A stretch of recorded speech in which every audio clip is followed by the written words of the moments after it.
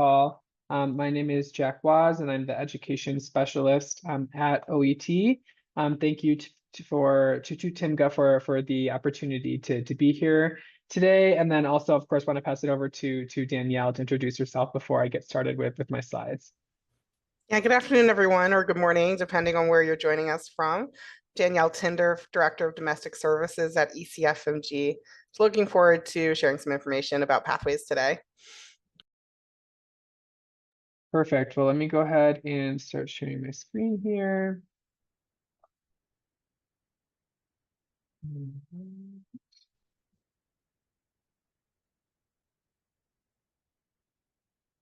Okay, I've had some Zoom issues in the past. I just want to make sure. Are you guys able to see my screen okay? Yes. Yes, okay, perfect. Okay, wonderful. So in today's session, I'm going to go over the rationale behind the OET test, talk about the 4 sections, and then cover some ways that candidates typically prepare for OET. And then, of course, leaving some time for questions at the end. As I mentioned, this is the agenda for today's session. All right, so let's get started just talking about the basics of what OET is. So as you might already know, OET is an English language test designed specifically for healthcare professionals. Unlike general or more academic English tests, it mirrors the language that healthcare professionals, or in this case, doctors, use every day in healthcare settings. It provides a valid and fair assessment of all 4 language skills, so speaking, listening, reading, and writing. And of course, they'll get into a lot more detail about those moving forward, and is accepted by regulators and healthcare organizations worldwide. So what makes OET different from other English language tests on the market? The first thing is that, as I mentioned, OET is the only English language test designed specifically for healthcare professionals, meaning that the content is relevant and specific to a healthcare context and is reviewed for relevance by licensed healthcare professionals in each country where the test operates. So for example, the medicine version of OET is reviewed by physicians who also write items for the test on an ongoing basis. The test materials replicate the language skills required to deliver patient safety and quality care, and candidates learn the type of language they'll need at work. All this to say that prepping for and taking OET will help candidates develop skills they will need on the job. So what's in the OET test? I'm going to take you through the 4 sections, which of course are listening, reading, writing, and speaking, and also provide some preparation tips for each of those parts of the test. So starting out with speaking, the speaking test is made up of 2 role plays designed to give candidates the opportunity to demonstrate a range of English and the ability to speak to patients or their family on a variety of common healthcare issues. In the speaking test, the candidate plays the role of a healthcare professional, or in this case, a doctor, and there's also an interlocutor on the call, and the interlocutor takes the role of a patient or a client in the role play. Now, the interlocutor is only there to help facilitate the role play. They have no part in your assessment. They're not the person that grades or assesses you. Both a candidate and interlocutor receive a role card with information about the purpose of the conversation and the talking points or the things that they need to cover. Each role play takes about 5 minutes, and candidates are given 3 minutes of preparation time before each role play starts. In terms of some of the top speaking tips, the first one here is to use the 3 minutes of preparation time wisely. Think about how to start the conversation or the role play, and even consider writing it down so you don't forget by the time you've looked through all the tasks on the role card. Next tip would be to get feedback on your speaking. Invest in feedback from a trained teacher, and you can find one, for example, on our website, OET.com. It's really hard for people to kind of assess their own speaking. So getting help from a trained teacher is really helpful in order for you to kind of improve your speaking skills and make sure that you're test ready. Next tip, give the patient time to respond. So these role plays are meant to be a real conversation between a doctor and a patient. So make sure you're not dominating the conversation, but instead engaging the interlocutor and replying based on the information they provide you. Ask questions accurately. So make sure to ask questions that will engage the patient and create a real dialogue. Stay away from language that is too technical. And the last tip here is don't focus too much on finishing all the tasks. So it's important that you have a natural conversation that focuses on the patient rather than rushing through all the tasks in 5 minutes. You don't have to complete every task to be able to get a high score. It's more important to be thorough when speaking about the tasks and to make sure to include the interlocutor in the conversation. Our next section here is the listening subtest. So the listening subtest is made up of 3 parts and takes around 40 minutes. Part A are 2 consultations between a healthcare professional and a patient. This is something that doctors are typically very comfortable with. There's no need to change any information heard in the audio. Instead, write exactly what's heard to complete the gaps in the case notes. And there are 12 questions for each of the 2 audios in this part A. Part 2 are 6 short dialogues or monologues in workplace settings. And these are the types of conversations that a doctor might have with a colleague, something like a handover of a patient, a team briefing, or feedback from to a healthcare professional from our mentor. And there's 1 multiple choice question for each of these audios. And then part C are 2 longer presentations or interviews with healthcare professionals. And this is typical of professional development content that a doctor might listen to. Presenters describe the work they do in their healthcare field, maybe the developments in the treatment of a condition or something of that nature. And there's 6 questions for each of the 2 audios. In terms of the listening tips, the first one would be to know the test format, know what to expect and how to record answers for each part of the test by using official sample tests from the OET website. Second tip is to get familiar with different accents. OET is an international test of English for healthcare professionals. Because of this, you might encounter British or Australian accents in the listening part. Make sure to practice listening with different types of accents in English. Move forward even if you miss a question. If you don't understand a part of the audio, keep going so you don't miss out on any other questions, then come back to the missed questions if you have time. In part A, use the reading time and the text to help you anticipate answers. So 60 seconds are given before each audio plays.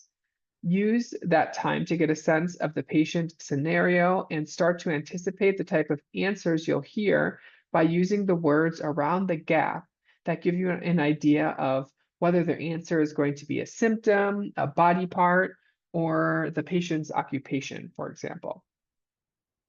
And lastly, in parts B and C, focus on the meaning of what is said, not matching answer words. So parts B and C really check candidates' understanding of the outcome of a conversation or the opinion or attitude of the speaker.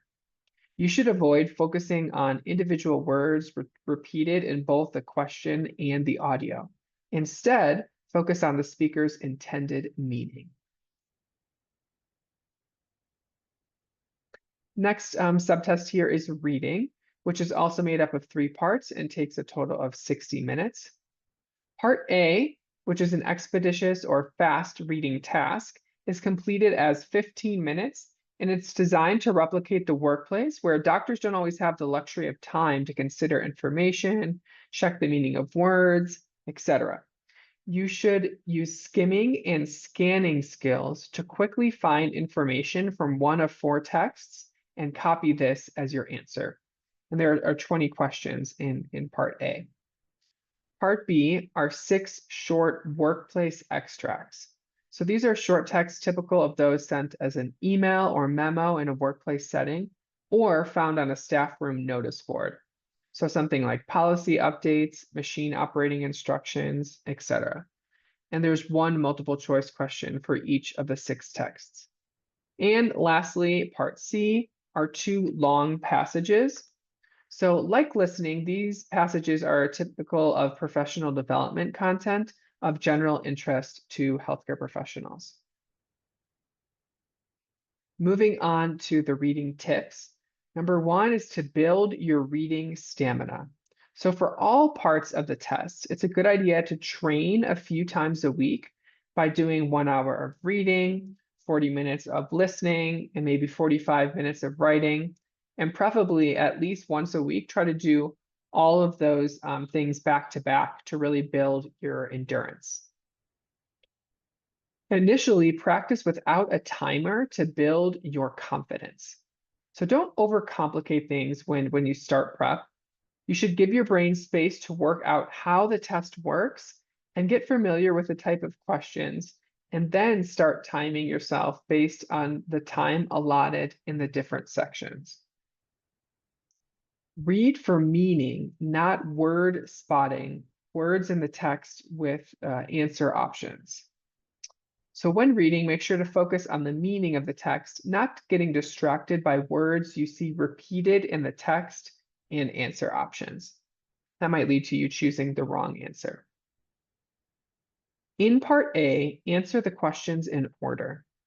So the first set of matching questions designed to help candidates orient themselves to the text contents. Doing them first will make it easier to find the answers to the remaining questions because you'll have a better idea of what information each text contains. And lastly, in parts B and C, read the questions and try to find the answer before looking at the answer options. So this is a good multiple choice strategy. Is to read that stem, the question stem first, and then try to find the answer on the text before checking the answer options to avoid being distracted by all the options appearing plausible.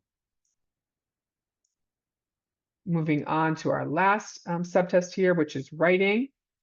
So there's 5 minutes of reading or prep time given for the writing test, and then 40 minutes to actually complete the writing task.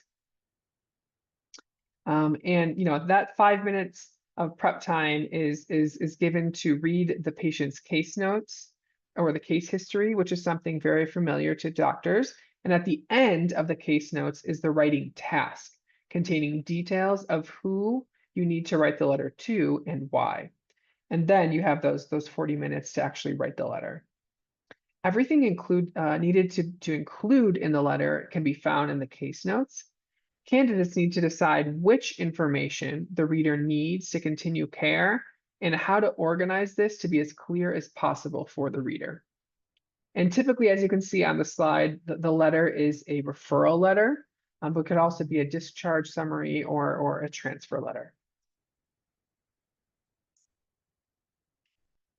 In terms of the writing tips, the first tip is to practice in the same mode as you test. So prepare for the test type you will take by either handwriting or typing the answers on our official sample tests on the website.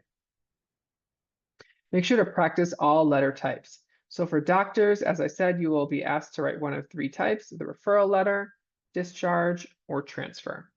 Regardless of the letter type, the approach for all is the same.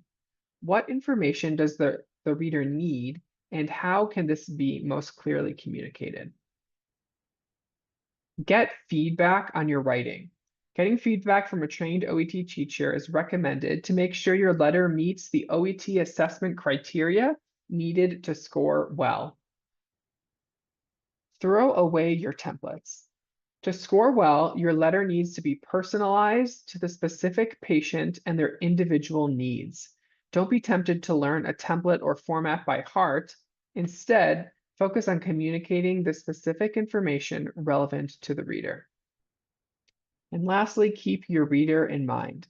This isn't a letter about what you find relevant or interesting. It's a letter telling the reader information that will be relevant for them. This will help you decide which information to include or omit based on the specifics of the case notes and the instructions provided after. All right, now we're going to talk a little bit more about scoring and results. So for OET, candidates receive separate grades for each of the subtests in the form of a letter grade and a numerical score. Most recognizing boards and councils require scores of at least 350 in each of the 4 subtests. For ECFMG registration, a grade of B or 350 is required for the listening, reading, and speaking subtests, while a grade of C+ or a minimum score of 300 is required for the writing subtest, okay? So 350 for listening, reading, and speaking, and 300 for writing. Now that we've talked about the sections of the test and what the results look like, let's go over how candidates typically prepare for OET. So the first step for candidates looking for preparation is the Learn section of the OET.com website. Sorry, that should say the Ready section. So that is OET.com/ready, the Ready section of our website. And on this Ready page, there's a wide range of materials across multiple study formats that cover the 4 sections of OET, as well as hours worth of free resources. Some of the materials that can be found on the website are listed here. So for example, we have the sample tests, the free intro to OET course. There's an OET study guide that we're going to be talking more about, and then writing and speaking guides. And on our website, there's a combination of free and paid resources. One of the most popular resources is the study guide. So this is a free resource that can be downloaded or used online. It's also interactive because it links you directly to our key resources, to extra skill building materials, to videos, and so on. This is an example of what the first few pages of the study guide looks like. There are resources and tips that cover the 4 sections of the test, as well as practice materials and sample tests. Another great resource is our free online course, our free online courses rather, that can be found on our website. So these are 3 examples of free online courses related to OET medicine. So we have Intro to OET course for doctors, the free taster course for medicine by OET Online, and the OET speaking booster course, which focuses on clinical communication.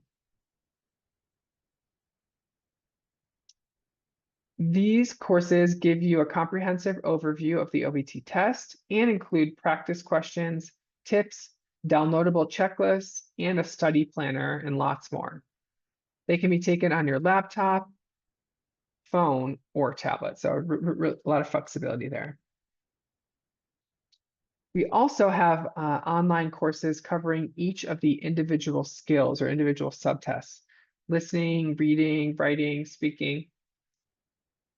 These are 100% online and self-directed courses that cover language and test skills and strategies you need to know, as well as new sample tests in each of these courses. So a great resource.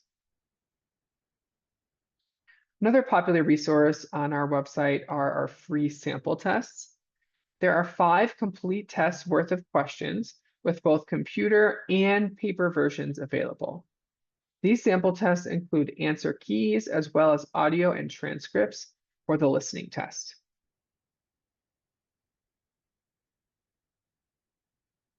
On our YouTube channel, you'll find a huge range of free preparation videos that you can watch whenever it suits you. Here on the right is the OET Reading Part A checklist. So you can see that on the slide. So you can really choose your own adventure when it comes to test prep, right? Because there's also playlists for all the other parts of the test. So depending on what you are trying to focus on here. And then, yes, a great message. In the meantime, feel free to type any questions that you have in the chat as we're going through this presentation. So that actually brings me to the last slide here. So I would like to thank everyone for their attention, and please do write any of those questions that you have in the chat in the meantime. I'm now going to stop sharing my screen and pass it over to Danielle so she can continue with her part of the presentation.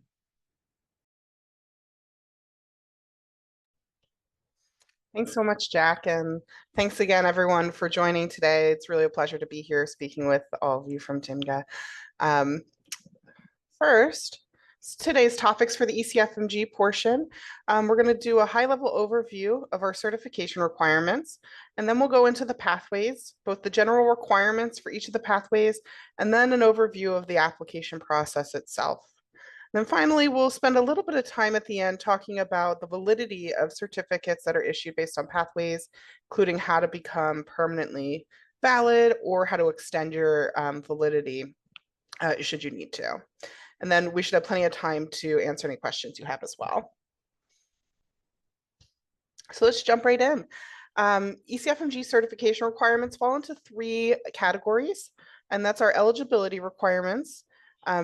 Those include ensuring that your medical school has a sponsor note and your degree type meets ECFMG requirements.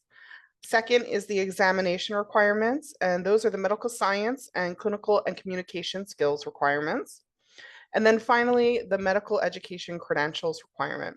And that's primary source verification of your final medical diploma, your final medical school transcript, and your, if it applies to you, any transfer credit transcripts as well.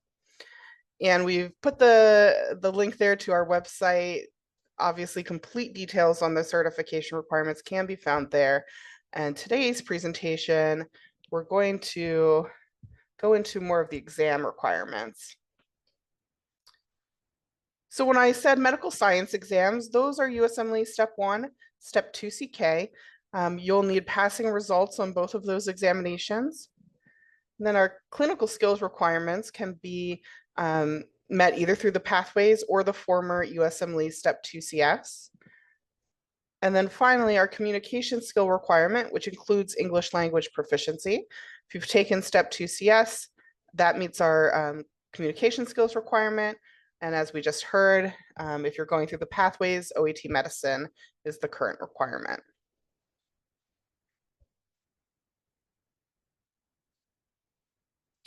So let's dive into the pathways. ECFMG established the pathways to allow IMGs who had not passed Step 2 CS to meet our requirements to participate in the match in the wake of the discontinuation of the Step 2 CS during the COVID-19 pandemic.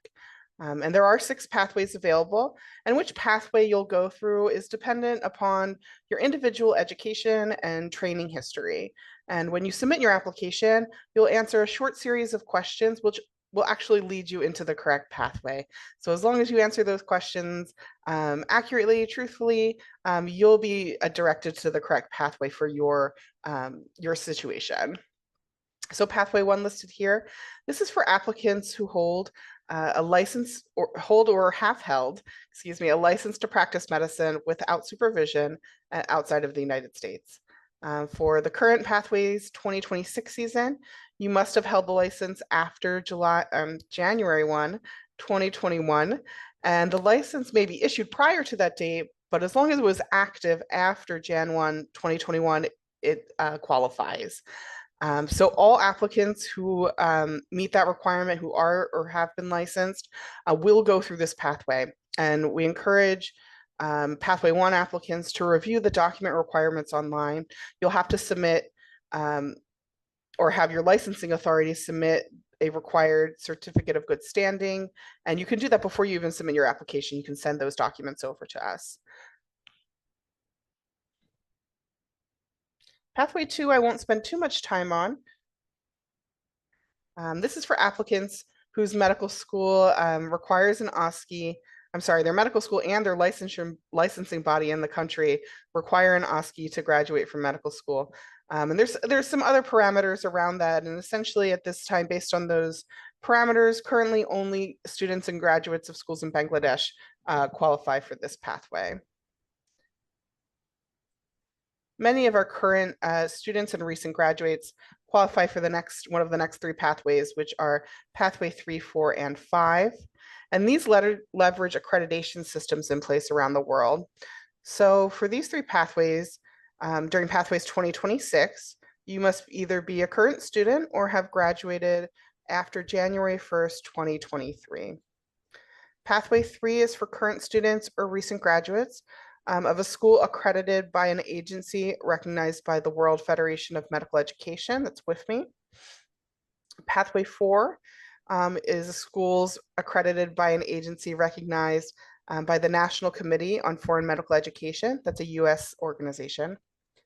And then finally, pathway 5 is for current students or recent graduates of a school that issues a joint degree with an LCME accredited school. And currently, there are only 2 schools in the world who do this. That's Duke NUS in Singapore and Weill Cornell Medical College in Qatar. Now for pathways 3, 4, and 5, the medical school official will need to attest to their applicant's clinical skills. If your school participates in verifying your credentials for ECFMG certification through our online portal, there's an online portal that they're authorized to use for this attestation as well. And if your school does not participate in that electronic portal, you, the applicant, will need to provide your school with an attestation form, which they'll send back to us. The instructions are included on the form. And you'll know which to use when you apply for pathways. Right on your dashboard after submitting the application, it'll inform you whether the request has been sent to your school through the portal, or if you need to send them the form, and there'll be a link to the form if that's the route you need to take based on your medical school.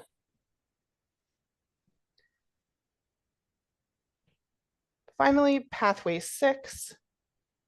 Pathway 6 is for all applicants who are not eligible through pathway 1 through 5 based on their education or training history, or if the applicant has previously taken step 2 CS and has failed.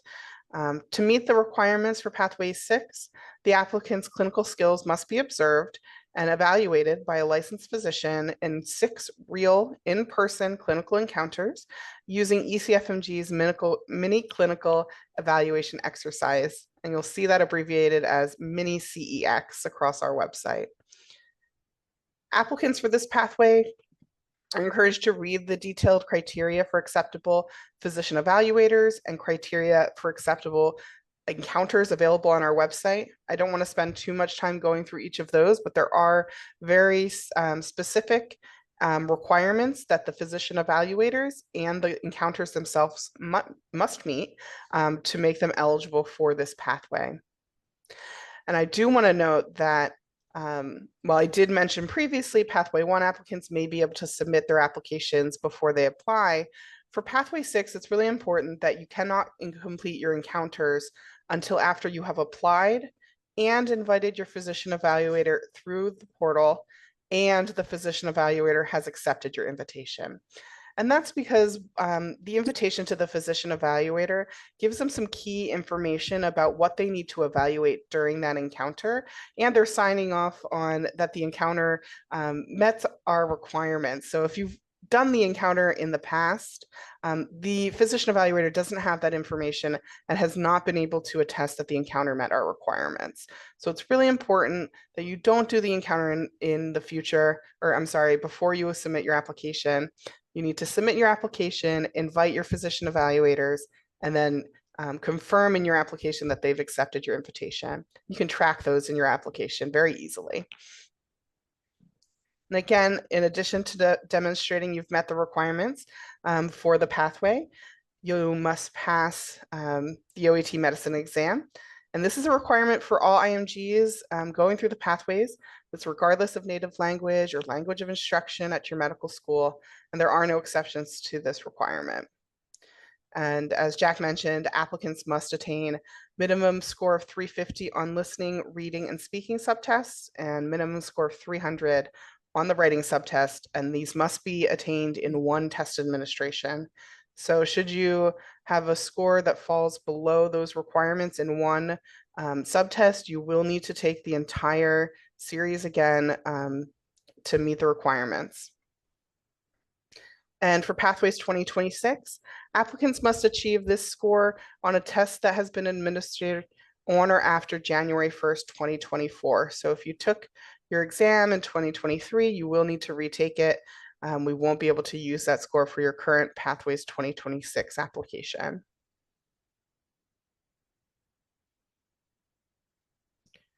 So let's go into the application process a little bit. First step is to submit your application, which is available at this time. We ask that you review all the requirements on the Pathways website. And we encourage you to do that before you go in to submit your application, because once you get there, when you get to the payment step, you'll have to actually attest and say, yes, I have read all the requirements on the website and I agree to those requirements and I understand what's required of me. So do that first, go onto the application and make sure you understand everything that's going to be needed. Then you'll answer those short series of questions, as I mentioned, that's going to direct you to the correct pathway for your situation. And then you'll pay the Pathways application fee. The next part of the process is to submit your required documentation. And again, that depends on which pathway you're eligible for.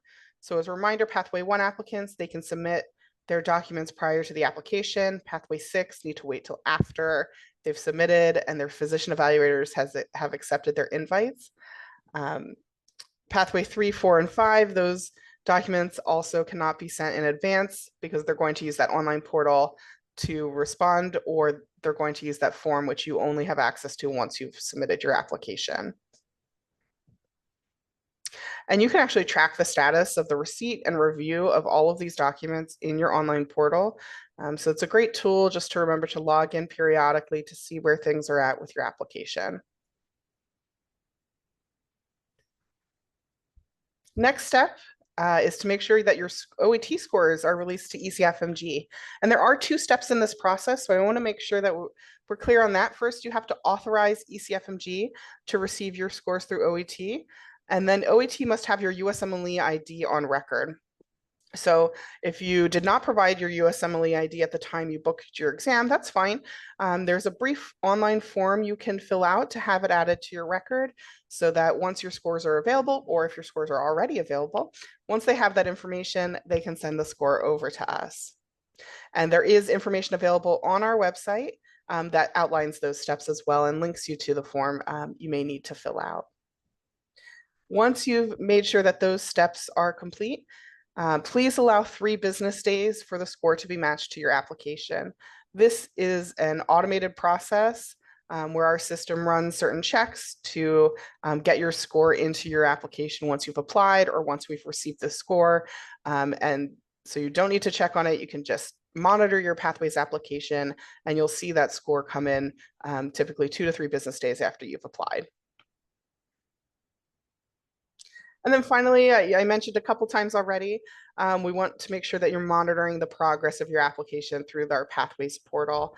As we receive information, such as your scores or receive new CGS for your Pathway 1 application, the status of those will update on the portal, including if we need an answer from you, our case managers will reach out to you if we need a different document or more information, or there's any issue with the information we've received. You will receive an email from our Pathways team, and we'll also update the status in your portal that says applicant waiting for applicant action. So that's another clue you can see if there's something else you need to do on your application. And once you're approved, once we've met all the requirements, we've received everything we need, we've reviewed everything, your application will go into a final review. And then once approved, your dashboard will update with that information. And you'll also see a system generated email come through confirming the approval of your application.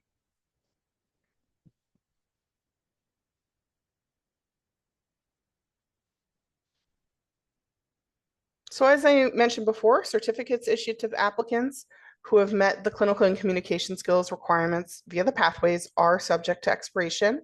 And the expiration date of your pathway and certificate are based on which pathway season you've gone through.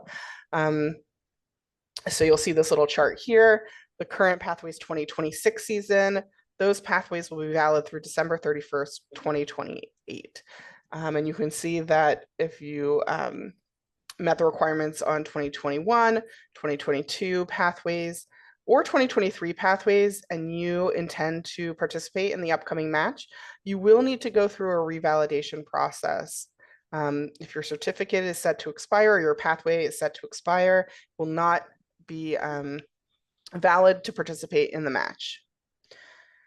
And while you're not required to be ECFMG certified to participate in the match, you must have passing results on step 1, step 2 CK, and an unexpired pathway. There's complete information on our website for all of your NRMP requirements, but I wanted to note that here since we're talking about the expiration of the pathway or certificate. Now, you do need to have an unexpired certificate itself to enter your graduate medical education program or to take USMLE step 3. And a valid through date is found on the ECFMG status report. We send those to all programs you apply to, whether you're using ERAS or Residency CAS for your application this season. That status report will have that information on it.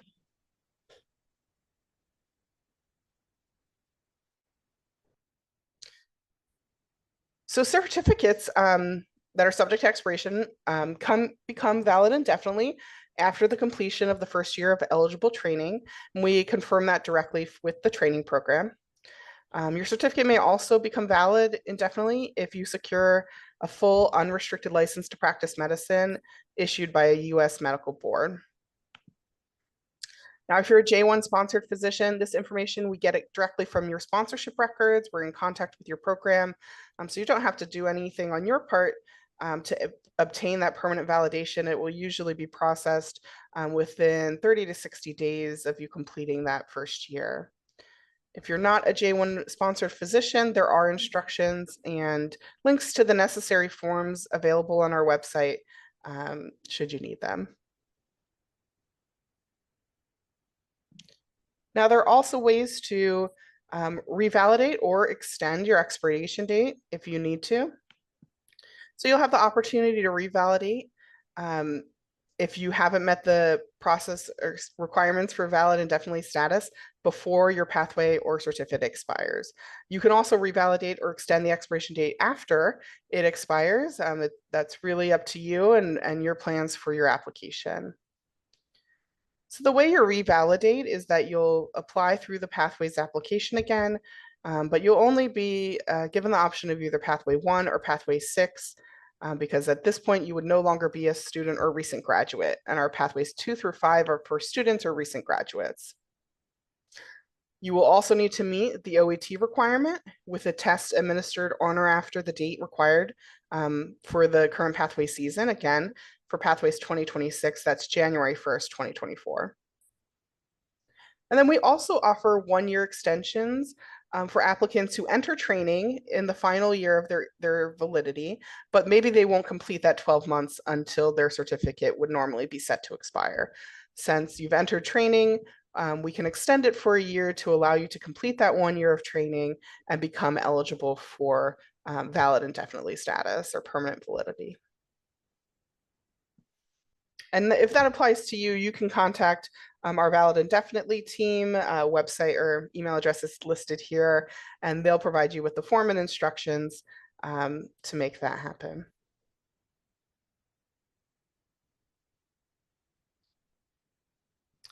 So again, we'll have some time now for some questions. I've listed here some resource links and information on this final slide regarding our certification and pathways requirement, and some information about how to contact our applicant information support team.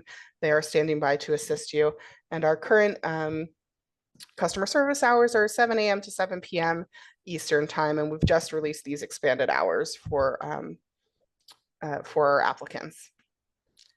So happy to stop sharing so we can open it up for questions.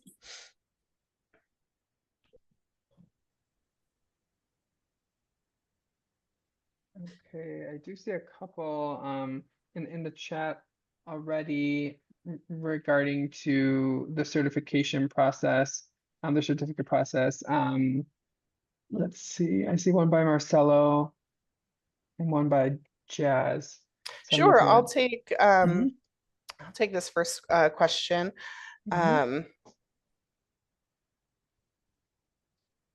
Sorry, so this is a question if are already ECFMG certified and will be applying to residency, do I need to take OET?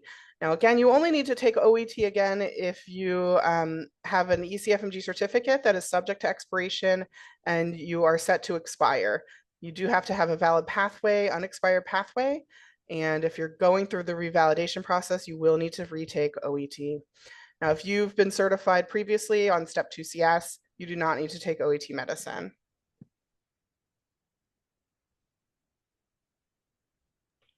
See. And then I did that answered Jazz's question as well. yes. So if you do need to revalidate, you'll have to do OET and whatever the pathway requirement, either pathway 1 if you're licensed or pathway 6 if you're not licensed. And then Charles, yes, if your ECFMG certificate expired last December, you will need to do the revalidation process. That's submitting an application through our Pathways portal. And that would be required if you're going through the upcoming match.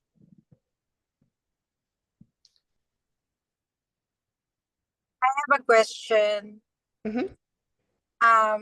So I had my ECFMG certificate expired last December 2024, and now I am not joining a match, but I have this opportunity to get MD clinical experience, and one of the requirements is to be ECFMG certified.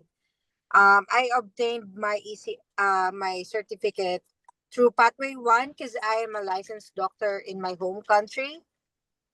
Does it mean that I only need to take OET, or I need to start all over in applying for my pathway?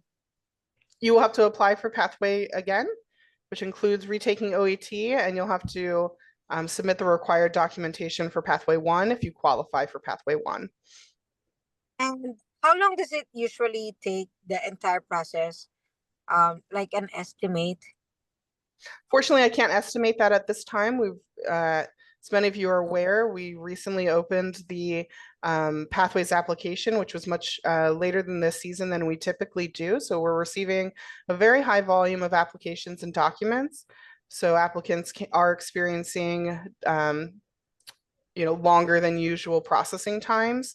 And at this time, we can't estimate what those processing times will be until we get through this initial influx of applications that we've received. I understand. But previously, how long? Because I don't remember how long it took for me to get my, the entire application process. Yeah, once you've submitted all of your required documents, and the submission of those documents can vary very greatly depending on your medical authority and country and their process. So once we receive everything, it's usually 1 to 2 weeks to complete the revalidation application. And I'm sorry, because I joined the meeting a little bit late. Would you mind mentioning again the requirements for Pathway 1? Sure. So pathway 1 is for physicians who are licensed outside of the United States, and that their license was active on or after January 1st, 2021. That's the current requirement. You'll need to submit or have your licensing authority submit to us a certificate of good standing, a current valid certificate of good standing. And what if my license to practice in my home country is prior to 2021? Then you are no longer eligible for pathway 1 and you would go through pathway 6. Okay, understood. Thank you so much. So I just have to make sure my license to practice is valid. It does not need to be valid currently. It just need to have been valid at some point after January 1st, 2021. Like I obtained my license after 2021. Okay, then you're probably still valid for Pathway 1. Oh, okay. So if I obtain my license before 2021 and I have the option to renew it in my home country, I'm still not eligible for that. Yes, if your license was valid at any point after January 1st, 2021, including if you decide to renew it now, then you would be eligible for Pathway 1. If it Oh. expired before 2021 and you do not renew it, you would not be eligible for Pathway 1. Okay. So sorry, one more clarification. Because I obtained my license in my home country in 2026 and and I can renew it in my home country. Does it still make it valid, or I'm not eligible anymore? If the license was valid after 2021 at any point, you're eligible for Pathway 1. Okay. As long as it's valid 2021. Okay. So I did want to circle back to an applicant who had a question earlier. I was sort of grouping the questions together, and I didn't want to miss this. Marcelo's question about support for applicants who have training start dates coming up, maybe an off-cycle or a fellowship training. Please feel free to reach out to our customer support team, and we will do what we can to ensure that we can expedite the processing of your information. It's not our intention to hold you from these important positions. We do understand that, you know, the delay in us opening the season related to our technology transformation may have, you know, been a burden for you to be able to start on time. So please reach out to customer service. If you're doing a Pathways application, that would be case manager at ecfmg.org. That's where they'll email you if they need anything for your application, and let us know that you have a training start date so that we can assist you. Hello. Hello. Mhm. Hi, Yeah. So I need some clarification here. I did. I applied last year. For the March. I didn't March, and then I'm trying to apply this year. And I looked at my certificate, ECFMG certificate. I think I saw that it expired in December last year. Okay, previously, I think they say that if you apply for the pathways, it renews, it revalidates your certificates. I don't know whether that's still applicable here now, or what's because it looks like I'm learning that we have to go and do OET again. Is that what you're saying? Yes. So if you went through the Pathways application in 2021 or 2022, that's Pathways season 2021 or 2022, that means your certificate would have expired the end of 2024, and you would need to revalidate that certificate by applying through the revalidation application. And that includes either Pathway 1, Pathway 6, and completing the OET requirement. So that means that we have to do another OET. Is that what it means? Yes, because in Pathways 2021 and 2022, you would have completed OET at that time, and those scores are no longer valid for Pathways 2026. Now, if you applied in Pathways 2024, 2025, those are the more recent pathways. Those are still valid for the upcoming match. Yes, I applied for 2025. Okay, so that means your certificate expires in 2027 and you're eligible for the match. This is based on the season, pathway season that you applied to. I'm just going to share my screen quickly to bring back up that slide with our chart that shows the season. And so here's our pathway seasons on the right. So if you applied in Pathways 2025, your pathway certificate expires December 31st, 2027. excuse me. Now, if your certificate lists an incorrect expiration date, that was due to an issue with our former systems where we weren't able to issue certificates with the correct date. You would have received a confirmation letter, typically within 1 or 2 weeks after your certificate was issued, informing you of the correct expiration date for your certificate. And that is the expiration date that would be on file with ECFMG. And it should match this chart right here. So again, if you applied Pathways last year, it's Pathways 2025, your expiration date is 2027. Okay. Okay, thank you. Hello. All right. Yes, any other question? You probably have time for like one or two more questions. Go ahead. Okay, thank you. So I already wrote the question. Like my question is, my ECFMG certification is going to expire in December this year. Actually, it was expired last year in 2024. And I think I received an email from ECFMG that my expired renewal of the expiration date, like until 2025. So December. So it should be valid this year. So my question is, I know I have to give OET. My question is, should I apply for pathway before giving OET, or I should give OET and then I should apply for pathway application? Sure, it's totally up to you. You can submit your Pathways application and start sending in your other requirements while you wait to complete your OET and receive your score. That's not a problem. Once you receive your score, it can be released to ECFMG, and that can be sort of the last piece that we use to complete your application. So the Pathway application will remain open through the match season for you to complete those requirements. Okay, so I should start now. There is Yeah, no it's up to you. Whenever you're there is ready. no any problem with Yeah, the that's not OET. a problem at all. Okay, thank you. Sure.